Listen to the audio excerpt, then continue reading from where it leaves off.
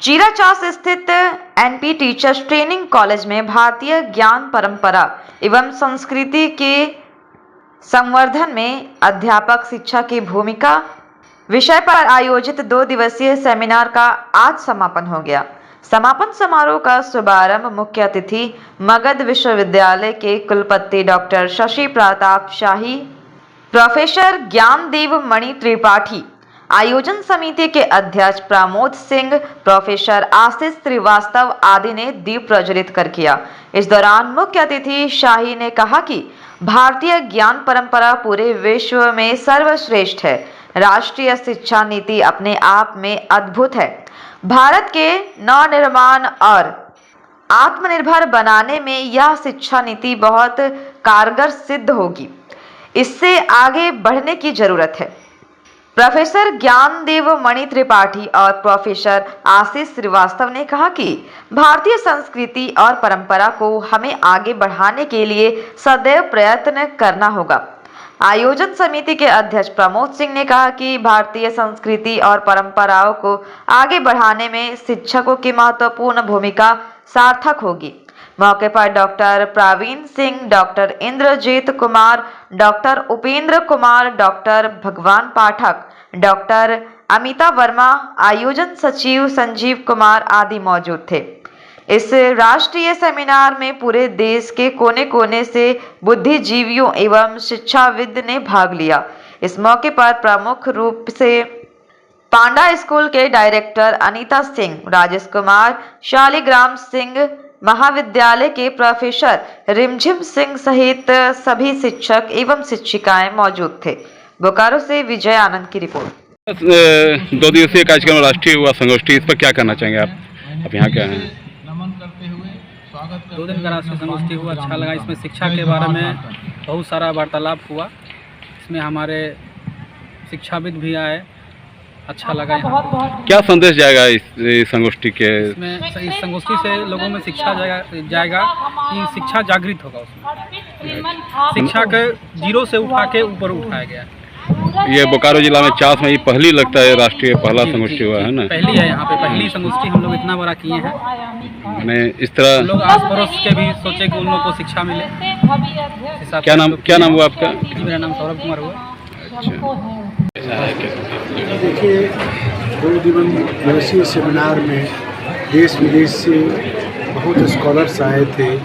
इसमें बहुत ही मंथन हुआ और ज्ञान की बातें हुई, खासकर भारतीय ज्ञान परंपरा पर बात हुई। और हम समझते हैं इससे जो निष्कर्ष आएंगे वो भविष्य में छात्रों के लिए बड़ा ही लाभकारी होंगे। छात्रों के साथ साथ समाज को भी आईना दिखाने का काम करेगा ये सेमिनार। ऐसे सेमिनार आयोजन सर कितना बोकारो में कितना शिक्षकों को? देखिए, मुझे तो देश विदेश बहुत सारे सेमिनार अटेंड करने का अवसर प्राप्त हुआ है। हम समझते हैं कि बोकारो जैसी जगह में इस तरह का स्तरीय सेमिनार होना अपने आप में बहुत ही गौरव की बात है। मैंने यहाँ के शिक्षाओं मैंने विद्यार्थियों को लाभ मिलेगा इससे? निश्चित रूप से सेमिनार से लाभ मिलता है और इस तरह का बढ़िया सेमिनार से बहुत ही लाभ मिलेगा।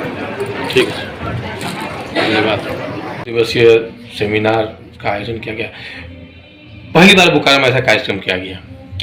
कैसा, क्या लगता है, इससे कितना प्रभाव पड़ेगा यहाँ के शिक्षा? बोकारो शैक्षिक नगर था, लेकिन यहाँ इंटर तक का ही शिक्षा का प्रसार अच्छा से हुआ। इंटर से ऊपर का यहाँ कोई बड़ा सेमिनार नहीं हुआ, तो उसका नतीजा ये हुआ कि बोकारो बौद्धिक नगर होते हुए ही आगे नहीं बढ़ पा रहा था। चूँकि मैं शिक्षा के क्षेत्र से जुड़ा हूँ, तो बोकारो को जो लौह नगरी में शिक्षा का इंटर तक का जो प्रचार प्रसार हुआ, उसको आगे बढ़ाने के लिए हमने ये सेमिनार नेशनल लेवल पर कराया। और उसमें ये जो सेमिनार कराए थे अन्य लोग, उससे कुछ सीख लेते हुए, उनकी त्रुटियों को दूर करते हुए, भारत में प्रसिद्ध चिंतक मनीषी जो राजनीतिक के हों, वेद के हों, एंथ्रोपोलॉजी, सबका मिलीजुली यहाँ विचार का संगोष्ठी कराया, जो शुद्ध रूप से 12 से ऊपर के बच्चों का था, टीचर का था, बीएड के छात्रों छात्राओं का था और शिक्षक और सचिवों का था, सो कि उनको एक शुद्ध वैचारिक धारा उनको मिल सके। इसीलिए वैचारिक मंथन का ये 2 दिन सम्मेलन था। इस मंथन से कितना प्रभाव पड़ा होगा छात्रों को? मेरे ख्याल से तो 2 दिन से आप खुद इसमें मौजूद थे, तो मुझे ऐसा लगता है कि आप खुद विवेचक हैं, चूँकि हम लोग तो शुरुआत की है और आप समाज में रह के रोज़ इसको ये करते हैं। इसमें तो आपको देना पड़ेगा कि मैं जो ये मंथन कराया उसमें कितना उपयोगिता समाज को मिला होगा। मेरे ख्याल से आप इसको ज़्यादा विश्लेषित करेंगे तो अच्छा रहता है। ये आगे भी कार्यक्रम होते रहेगा?